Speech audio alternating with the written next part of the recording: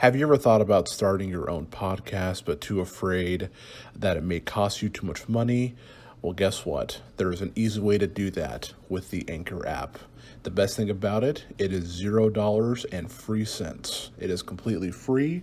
The best thing about Anchor is that there is a creation tool that allows you to edit from either your computer or from your phone.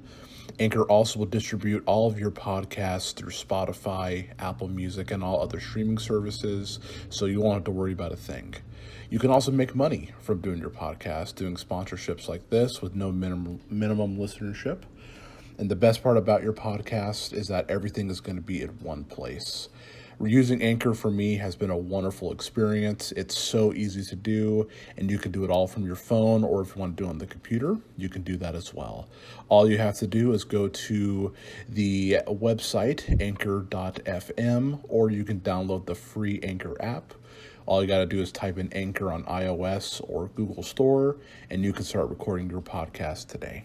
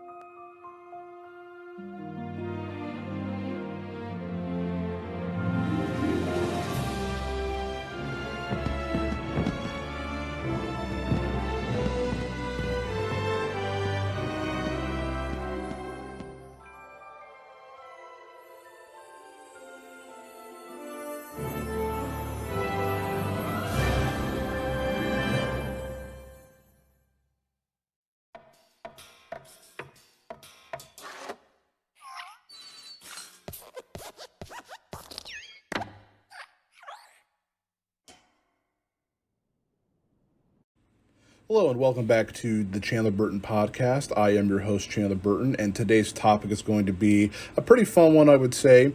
I'm going to be ranking the Pixar films from my least favorite to my favorite.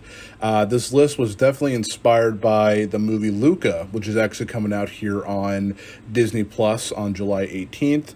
I actually did a reaction to the new trailer. It's on my YouTube channel under Chandler Burton Entertainment. I upload reaction videos to music, video games, and movies, and I also upload my podcast now on YouTube to make it more accessible for people who may not have any sort of streaming platforms at this time. So if you want to check that out, again, it's under Chandler Burton Entertainment if you want to watch the trailer. But as I was watching the Luca trailer last night, it kind of inspired me. I was like, I really should rank the Pixar movies. And another reason why I wanted to do that is because this past week, I actually went to go visit my best friend in the world, Kyle. Love you, buddy. Went to go see him and his family and his brand new baby. It was great to see him. And we hung out with his other son, who's about 3 years old, and he loves the Pixar movies. The first thing he wanted to do when he saw us was to watch Onward. And I was like, okay, I don't mind Onward. That's okay.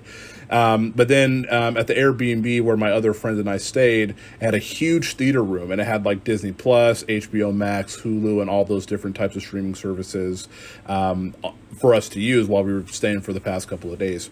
And we watched so many Pixar movies because he loves those movies, and my friends and I love them too. So it was nice to sit down and kind of just revisit some of these old movies that I haven't seen in a while. And to be honest, because I've watched the majority of them while I was on vacation seeing my friend, my ranking of them actually has changed. I actually have a list on my phone that I used to have, but I went through it again. I actually changed some things up. Of course, you guys won't know what that is, but for me, I was actually shocked where I moved some things, what made higher on the list, what made lower.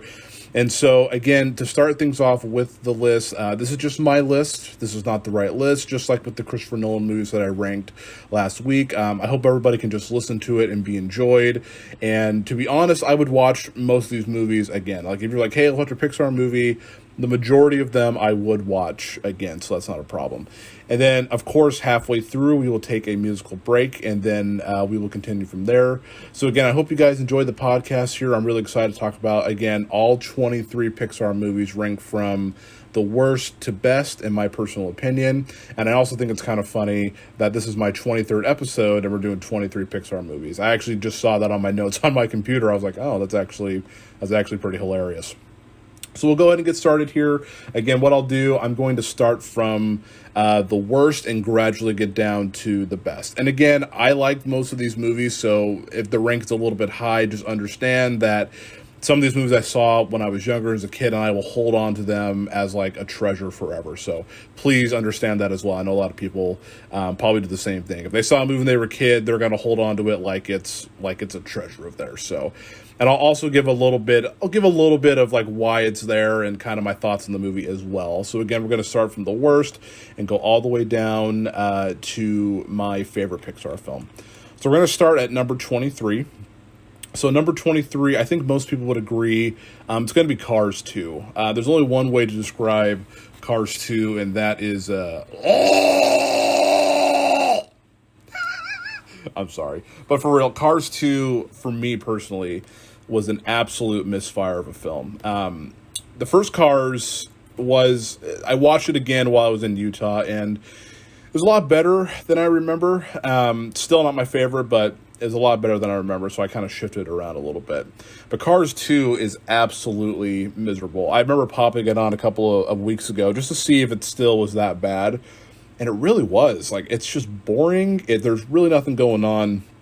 And honestly, too, what's crazy is that there's not really, like, a life lesson to be taught. Usually in Pixar movies, like, there's always, like, that lesson of keep trying or fight for what you love or those types of, like, really simple things that are told in a kid's movie, but even adults can relate that to them in their own life. And this movie, and also as well, like, Pixar movies usually make me cry, but with Cars 2, I actually did cry when the movie ended because I got to frickin' leave. It was that bad. Another big problem is they made Mater the main character. It's very, very rare when a movie can make a main character, like a side character, the main character. It just doesn't work. Lightning McQueen is an okay character, but when they put Mater as the main person, for me personally, I'm not a huge Larry the Cable Guy fan. I know a lot of people are, and I mean, he's funny sometimes, but Mater was just too much for me in this movie. And it was like a weird spy movie, race around the world, Grand Prix. Like, it was just all over the place. I guess the main topic of that movie would be like save on energy, I guess, or like on gasoline. It just didn't make any sense. Again, if you're a young boy, like, you're gonna love these movies. For me as an adult, I love Pixar, but again, the Cars movies for me are they're just not good. Like, I have no sympathy towards them. Cars 2 is terrible, and it's the only rotten Pixar movie, which is at 39%. That's really, really bad for Pixar. So again, 23 is Cars 2. Number 22 is going to be Cars 3. I think Cars 3 is almost just as bad as Cars 2. The only reason why it's not in the last spot is because Cars 2 was just that awful. And Cars 3, I will say, is definitely a gorgeous, gorgeous film. Like, it's funny, like, in a lot of these movies, the main characters, they look really cartoony, but the backgrounds, like, there's a scene in Cars 3, they're on the beach, and you're like, that's like real sand. It's like, what in the heck? Anakin Skywalker wouldn't want to go there because it's like legit sand. I hope people get that reference. But seriously, it was like, wow, it is really incredible. But then, it looks pretty, but the story's not pretty. A kid doesn't want to see a movie about a car trying to find his way back with redemption. Like, it's just, the movie is so boring. It's kind of like Cars 1. He's just, Lightning McQueen's trying to find himself again. And again, visually, it's great. I don't know, man. These movies just suck. I don't know. It's crazy to think that this franchise and Toy Story are the only ones have really gotten the most sequels out of anything they have, which I really find shocking because these are just, they just irritate me. Seriously, Cars 3 is just so irritating. I can't stand it. I will not watch that movie. It's terrible. Okay, number 21. Maybe not too controversial because it's a little high. I put 21, I put Brave. Now, Brave, I've only seen once. I didn't watch it when I was with my friend, but I remember just not liking it. There's a lot of problems with the production. They fired a director and brought on a new one, and, it is what it is. Again, the movie is very pretty. It's got a good story, and I think it's cool that it has a female lead in it. I think that's really good for younger girls who need someone to look up to, because I think that's an important thing. I I think that's really important. But again, this movie, it's not that it's like terrible. It's just, again, it's kind of like it just didn't really hold my interest. Like, they are better than Cars 2 and 3. Those movies are just bad. This one is not bad. It just does not hold my interest as much as some of the other movies on my list. So again, at number 21, I'm going to put Brave. Okay. So at number 20, I'm going to put the original Cars. Now, I watched this movie, again, in Utah with my friend's son, and I actually watched the entire thing, and to be honest, I did not hate it as much as I remember. I think it has a really good I think this movie has a decent message of, like, be a nice person, and, like, a little bit of, like, having nostalgia be a big part of your life, and I think that's a really important thing. I think Cars did that pretty well. I just think Lightning McQueen is just such a jerk. I really do. I really don't like him. And also with the car movies, it's just weird that they can talk and they can blink and have tongues. Like, it's a really awkward, really strange universe. And I just think it's just dumb. But I will say the first Cars does have a decent message about, like, I think being nice to one another, I guess you could say, because, again, Lightning McQueen was horrible in that movie. Then he kind of came around and realized, like, hey, maybe I can make some friends. And I don't know. I thought that was a pretty good message to have for younger kids. And, again, watching it again, Cars was not as bad as I remember. Still not great, and I wouldn't want to pop it in a watch, but it's not terrible. Okay. So number 19. Now, this one's a little bit higher. It got great reviews. I actually worked at the movie theater when this movie came out, and it made a bunch of money every day, every showing of IMAX, 3D, regular. It always sold out. I eventually saw it, and I'm going to be honest with you. Finding Dory is number 19. I'm not a big fan of this movie. Now, Finding Nemo, I love. Finding Nemo is one of my favorite Pixar movies ever. But Finding Dory, it just felt like that sequel that was just so unnecessary. Finding Nemo did not set up a sequel in any way. I guess neither did Cars or Toy Story in a way, but they gave really good stories in those other films. Not Cars, but like in Toy Story and stuff. And Finding Dory, it's just literally about them finding Dory's family. And it does have some sweet moments in it where it did touch my heart. I was like, okay, that's really thoughtful. It's really nice. But for me, I just did not, maybe because I love Finding Nemo so much, for me, it just did not hold up to what Finding Nemo did for Pixar for me personally. Finding Nemo is such a joy to watch, and Finding Dory, it just really fell flat for me big time. Okay, so number 18, again, another controversial one, and people get really mad at me for having it this high, but I put at number 18, Up.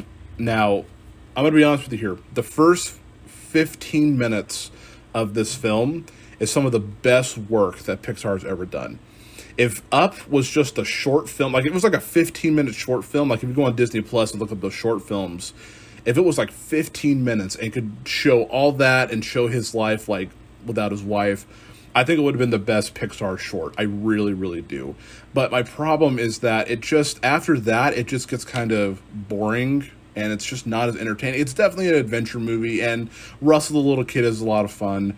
But for me, again, just like with Brave, it's just not, to me, it just doesn't hold my attention. Beautifully animated, and I still enjoy the film. Like, if it was on, like, and there was nothing else on, I would watch it. But for me, it just does not hold up to the adventure aspect that a lot of Pixar movies are known for. And again, I know this movie got a super high rating on Rotten Tomatoes, and everyone loves this movie so much. For me, again, the first 15 minutes were so great, and then my anticipation for the movie just fell flat after that. Okay, so at number 15, and again, just my list, it's going to be The Good Dinosaur. A lot of people think I am crazy for having this movie so high. Actually, one moment, I apologize here. Actually, I lied. It is not The Good Dinosaur. I apologize about that. My bad. I got my list mixed up. I apologize. So we just hit 18. That was Up. And number 17, I apologize. Number 17 is going to be A Bug's Life. Okay, now we're back on track. I apologize about that. I have my list on my computer, and I fast forward a little too much. So again, A Bug's Life. This is a movie that I actually watched, again, being in Utah with my friend. And it was the second movie out of the gate that Pixar did after Toy Story.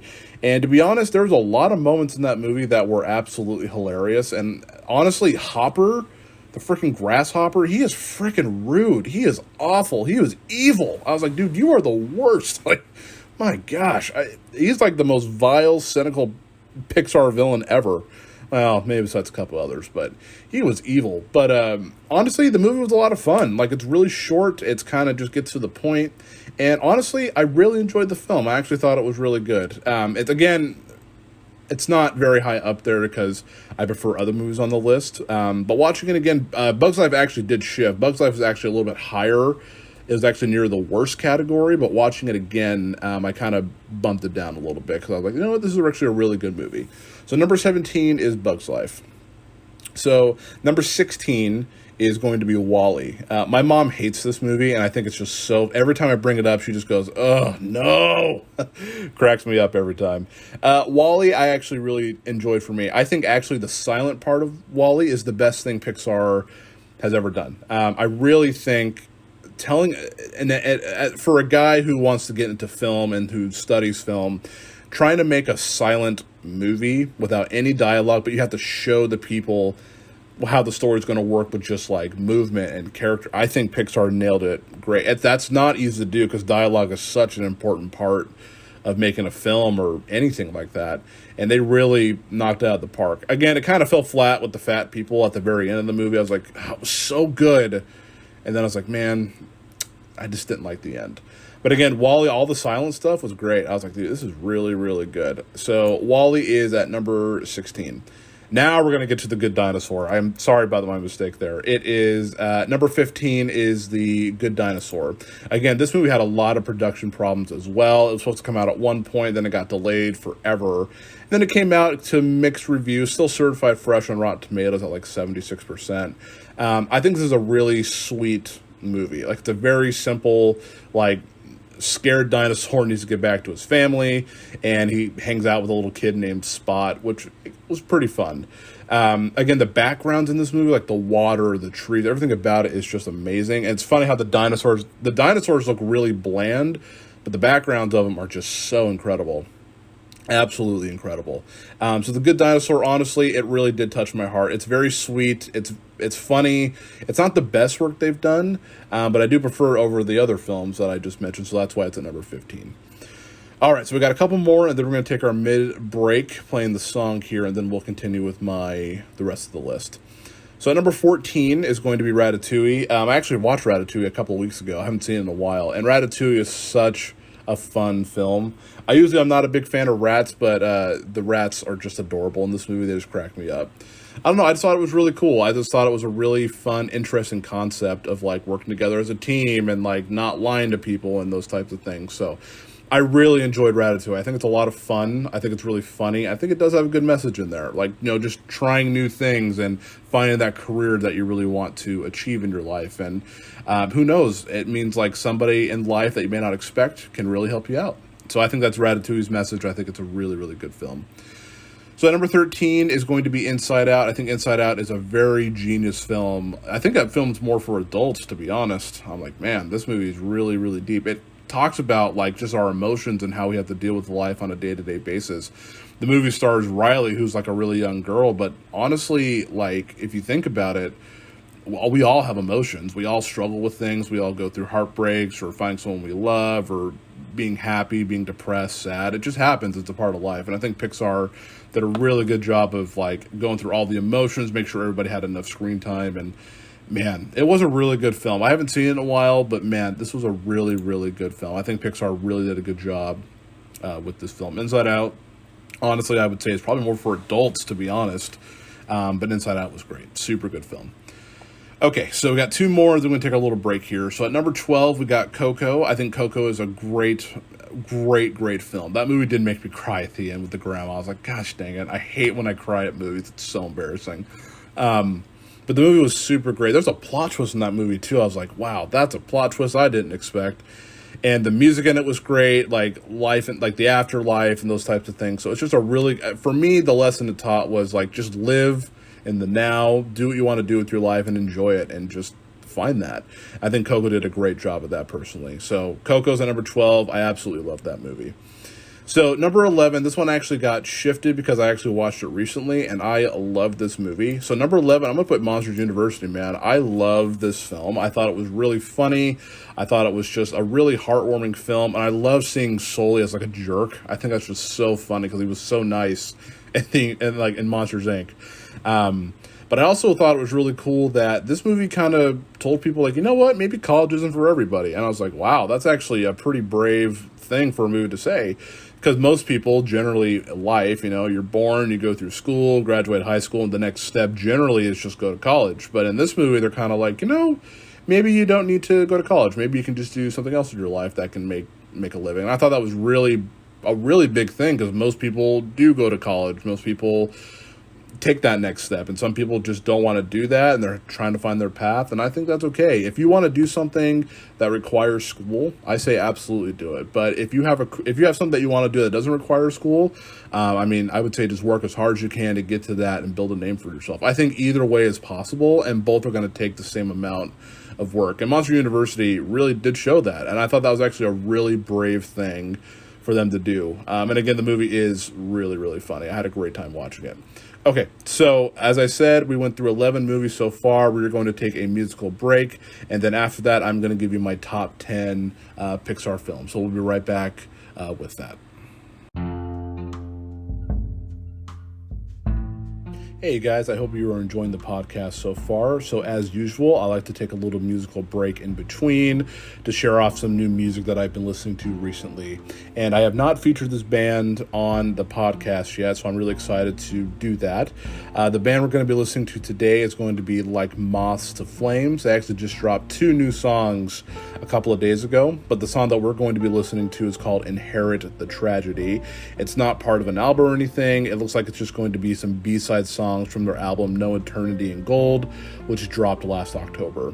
I really like the song. A lot of people have asked me, why do I put metal songs in between my podcast? Why can't you put something else? And I might do that. I might take recommendations from people what songs to put. But for me, I know a lot of people just hear screaming. But for me, I definitely hear the meaning behind the songs. There is a part in the song that I want to share with you guys, the lyrics, and I'll definitely share the song with you guys. So the line from the song, it says, "Crawl to the corner of your mind, must be exhausting to feel left behind. Crawl with the weight of your mistakes to navigate through the mess you made." And sometimes in life we go through those things where you're just like, man, I don't think I can go on, and the easy way out is to either, end your life or just give up on everything. And for me, music has been like a mentor, kind of like a counselor, saying like, look, I'm not the only one that struggles with depression and anxiety. There's other people out there who are willing to talk about it through music, and that's why I love this type of music. I know most people will just hear screaming, but if you read the lyrics, it's really just a couple of guys or girls just sharing what they feel and sharing their emotions, and I think it's really powerful. The song has only been out for a few days, and it's one of my favorite by the band. So again, the band is Like Moths to Flames, and the song's called Inherit the Tragedy. If you like what you hear, make sure you follow them on Spotify, Apple Music, and to buy a CD and support them if you can. All right, I hope you guys enjoyed the song.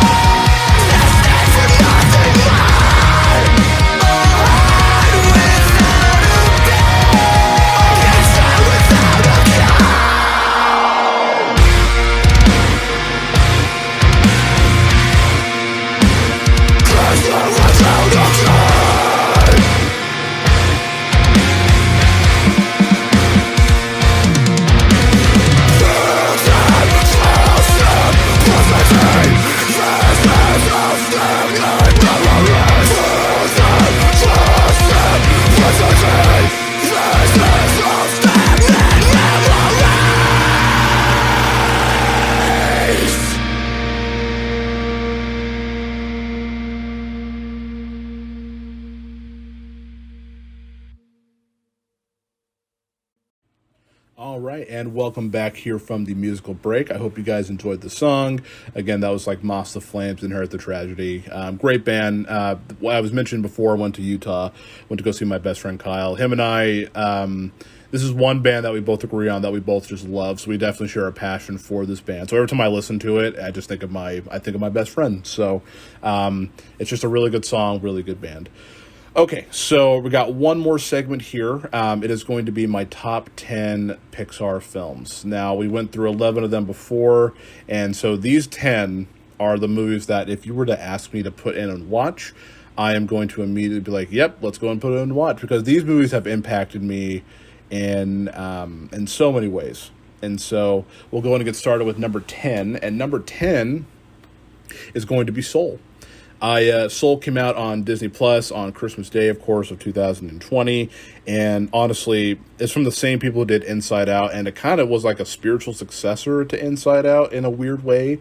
This movie really, really touched my heart. It was at a time when I was really struggling with work and life and just trying to figure out what I wanted to do, and this movie was just like, it pretty much said like, follow your dreams, do what you want to do. Like, don't take this life for granted, because you only get one life, and not to be too scary, but it's like anybody could pass on at any time, and that's just a real thing. I think Soul did a great job of showing, like, just do what you want to do. Don't let people judge you. Like, and I love it too, because he really loves music, and that's what I like as well. And so Soul for me really impacted me, saying like, man, like sometimes in life I got to get my butt in gear and I got to do the hard things, but I always learn from the hard things, and Soul really did a good job of helping me realize, like, my life is worth something. And again, I know it's a kid's movie, and I think Soul is really more for adults than it is for kids, because it really impacted me in a way that I never thought it would. This is one of the most impactful movies for me. Also, as well, it's the first Pixar movie with a black lead, and myself being African-American, I just find that really, really, really cool. So Soul's at number 10, such a powerful, funny, and very impactful film. Okay, so at number 9 is going to be Incredibles 2. This is one of my most anticipated sequels ever, because you'll see where the first Incredibles is, you'll know why I was so anticipated for this movie. Again, this sequel was so far in the making. Like, the first one came out, 2004? And then the second one came out, 2018, I think. And I got to be honest, man, I was a little skeptical because it was so long. But I loved this movie. It was so funny. It was so action-packed. The action was great. And Mrs. Incredible was really the star in this movie, and I thought it was really cool. I love how the dad has to stay home and help the kids with just normal day stuff. Even though that they're superheroes, they still got to do the basic stuff that we have to do in our lives, which I really, really thought was cool. I honestly, of course, I prefer the first one over the second one, and I hope if they make a third one, they don't wait as long, because I would like to see what happens next. But Incredibles 2 was such a fun, entertaining film. I think it's a great family film, and I think The Incredibles 1 and 2 are the best superhero movies not based on a comic book. I really do believe that. I think it's really, really cool. Like, honestly, if they made comic books based on this stuff, which they may have, expanding on the story, I think that would be really, really cool. So Incredibles 2 is at number 9. So number 8 is going to be Onward. This is one of the last movies that I saw before the pandemic got really bad, and then because of COVID-19, they shut down all the theaters. So this is one of the last movies I saw before everything shut down. I actually went to go see it by myself, because the people that were going to go see it with me bailed on me at the last second. I was like, awesome. So I went to the movie by myself, and I loved this movie. For me, it kind of reminded me a little bit of Legend of Zelda, maybe mixed with a little bit of Skyrim, but it also had a really touching story of wanting to see your dad, and of again, treasure the moments you have with your loved ones, because again, you don't know when you're going to pass on. And this movie really does a good job of having fun with the concept, but also take you it's essentially a heartfelt road trip, so they can hang out with their dad for the time allotted. I think at 24 hours to do that. The end made me cry so much. I hate crying, and especially about myself. I just absolutely can't stand it. But this movie really got me, especially with the music and stuff at the end. Onward really got to me, man. It really is such a powerful, it's a really funny film, because we got Tom Holland and Chris Pratt. And it's got, again, really cool elements of magic and those types of things. I just thought it was a really fun film. I think it's absolutely wonderful, and I think it deserves more praise. I think it's a great film. Okay, so number 7 is going to be Monsters, Inc. This is a movie that I watched while I was in Utah with my friend. I watched with his son, and I forgot how much I loved that movie. It's so funny, and the concept of it is just so great. Like, you have these two monsters who've got to take care of this little girl, and you just see how, like, you know what? Maybe she isn't as bad as people think. And just everything about it, like the whole friendship with Sully and Mike, I thought was great. The little girl was great, Boo. And I think what I took from it message-wise was we can't judge a book by its cover. Sometimes in life we'll, like, for example, if you go to a store and you may see somebody who's dressed a little bit different or acting differently than you, and you're kind of like, I don't know what's going on with them or what they're smoking. But for me, one of the things I'm trying to be a nicer person in my life. And so if I see someone that's a little bit different than me, I shouldn't judge them for who they are, because they may just be going through a lot right now. They could have had a really bad day. So you never know what's happening to them. And so we should never judge a book by its cover. And I don't know if that's the message they were going for with Monsters, Inc., but that's kind of what I took from it when watching it the last time. And I thought it was great. So Monsters, Inc. is at number 7. Okay, so number 6 is going to be the original Toy Story. I think this movie is absolutely phenomenal, and this is one of the first movies I remember seeing with my mom in the theater, actually. So this movie holds a special place in my heart because I love my mom. I think she's a great woman. I think she's fantastic. She also took me to see this and Space Jam. I think they may have come out the same year, actually. So this movie has a lot of memories for me and a lot of, like, just nostalgia as well. Also, this is the first movie that Pixar ever made, and I think it revolutionized how animation is done. I think it showed other people going like, well, dang, well, maybe we can make animated movies. And Toy Story changed the game forever. Like, it really did. Like, people have no idea how impactful the first Toy Story was when it came to at least the animation part of things, and I think it's still a great movie. It's sometimes, I usually say it's unintentionally hilarious because you're not supposed to laugh at certain parts, but man, this movie is so funny. Like, it's to the point where I'm just like, I will belly laugh at some of the scenes in the film. I am Mrs. Nesmith. It's so good. It's such a good movie. I know everybody has seen it, but man, it's a good film. Okay, we got the top 5 here. So number 5 is Toy Story 2. I think it's actually better than Toy Story 1. I think it's just a really fun adventure movie where, again, Woody gets kidnapped and the toys have to go save him. I also think it's great that a lot of the other toys that didn't really shine a lot in the first one, they really shine here. Like, you get Rex, you get Slinky, you get Ham, go on this adventure with Buzz Lightyear, Mr. Potato Head as well. And it's like, it's so cool seeing them all together. Like, I know they're toys, but you really feel like they're friends, and they're really trying to find their friend Woody. And also, Bullseye and Jesse, Stinky Pete were introduced in this film as well. Again, Al is so funny, like, to the point where I laughed so hard at this movie. I think it's actually one of the funniest movies Pixar's ever made. I don't know if that was their intention or not, but holy crap, it's hilarious. Also, we got introduced to the best villain in the entire world, Emperor Zurg. I think he's really funny too. Oh gosh, that Star Wars reference from Empire. You killed my father. No, Buzz. I am your father. No! I'm like, Buzz, what the heck? I don't know, man. These movies, there's so many other funny moments in that movie. But yeah, I love Toy Story 2. I think it's a phenomenal film. All right, so at number 4 is Toy Story 4. Man, all these numbers are matching up today. 23 Pixar movies, episode 23, and now we got Toy Story 4 at number 4. Look, I'm going to be honest with you. I love Toy Story 4. A lot of people I've talked to don't like it. They think it's absolutely unnecessary. They think it's pointless because 3 ended so well. They're like, we don't need another Toy Story. I'm going to be honest with you. I thought we could have used another Toy Story because we ended Andy's arc where he goes to college and those types of things. But we didn't really end Woody's arc. Because Woody's the main character, right? Like, we get with the circle of, like, Andy growing up and he goes to college, but what about Woody? What would happen to Woody? And Toy Story 4 proved to me that you can make a phenomenal movie, and even though people thought it was going to be the end, that Toy Story 4 still shines through and is very impactful. The ending of the movie when Woody breaks away from the gang to be with Bo Peep is a huge deal because Woody is so loyal to his owner. Like, he was so loyal to Andy. He was so attached to him. He's like, I don't want anything bad to happen to him. And him being like, I'm going to go with Bo Peep. And, I mean, toys don't have cell phones. They don't have email or Facebook. So, I mean, they don't know when they're going to see each other again. And I think I thought that was a really powerful thing for them to do. It's kind of ballsy, to be honest, because, again, Woody is so loyal.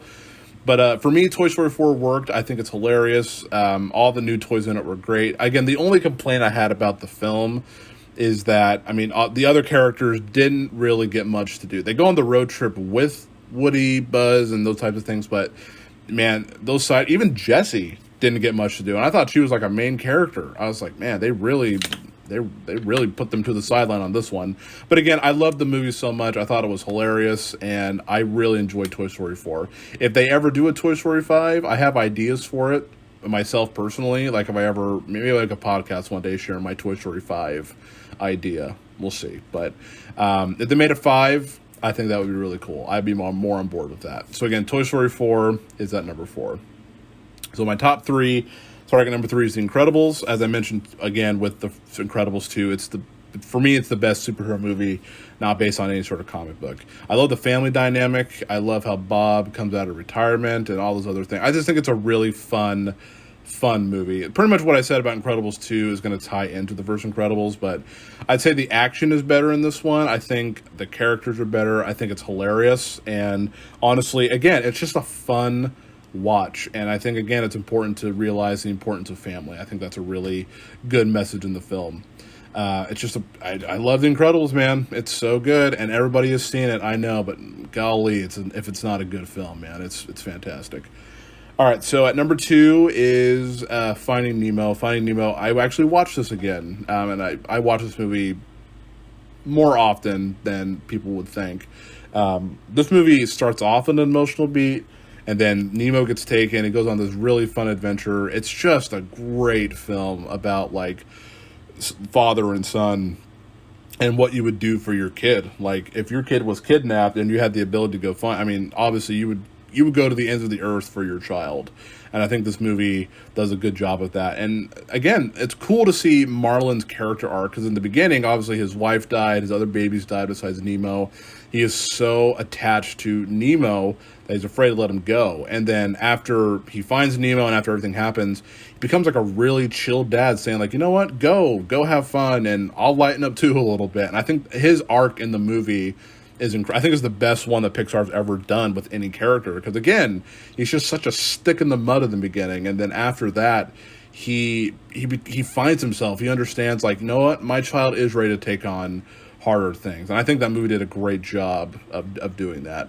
Also, visually, for a movie coming out in 2003, whew, spot on, man.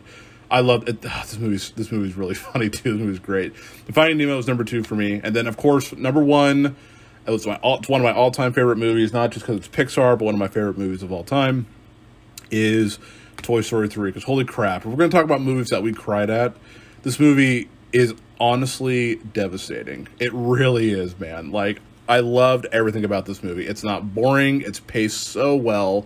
Everything about it is really perfect, I'm going to be honest with you.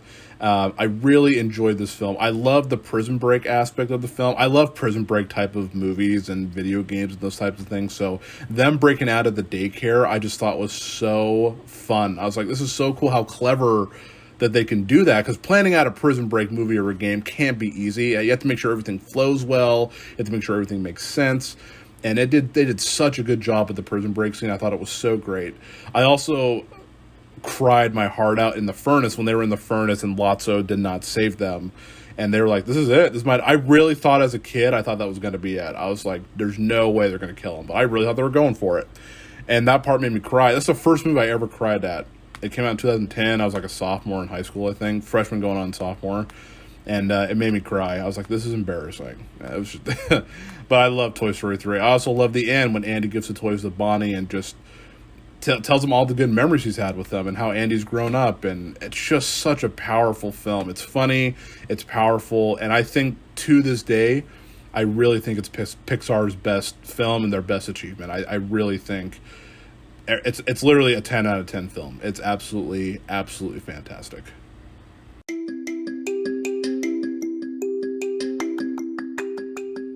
Thank you guys so much for listening to the Chandler Burton Podcast today. I really do appreciate it. Just again, really quick to give you my ranking, just really fast from worst to best, and then we'll close out the podcast here. Again, Cars 2, Cars 3, Brave, Cars, Finding Dory, Up, A Bug's Life, WALL-E, The Good Dinosaur, Ratatouille, Inside Out, Coco, Monsters University, Soul, Incredibles 2, Onward, Monsters Inc., Toy Story, Toy Story 2, Toy Story 4, The Incredibles, Finding Nemo, and Toy Story 3. Again, this is just my list. It's not the right list, but I appreciate you guys listening to the podcast here today. I hope it was enjoyable to go through movies that we all love. If you guys are interested in checking out other stuff that I do have a YouTube channel under the name Chandler Burton Entertainment. If you just type that in on YouTube, you're going to see me in a Washington sweater wearing the glasses. You'll be able to find that. I also react to movies, video games, and music as well. So if you want to check out some other content on the channel, I'd be happy for you guys to do that. And also as well, all my other social media as well, like where to stream the podcast, to react to a song, my Instagram, my Twitch, everything is going to be under Chandler Burton Entertainment on YouTube. So if you guys are interested in hitting the subscribe button, the like button, if you do go to the channel, I would really appreciate that. I also now have the ability to upload my podcast onto my YouTube channel as well for people who aren't able to stream on Spotify or anything like that. But again, this has been the Chandler Burton Podcast. Again, I appreciate everybody who listens to it and takes the time out of their day to check it out. And until next time, I hope you all take care.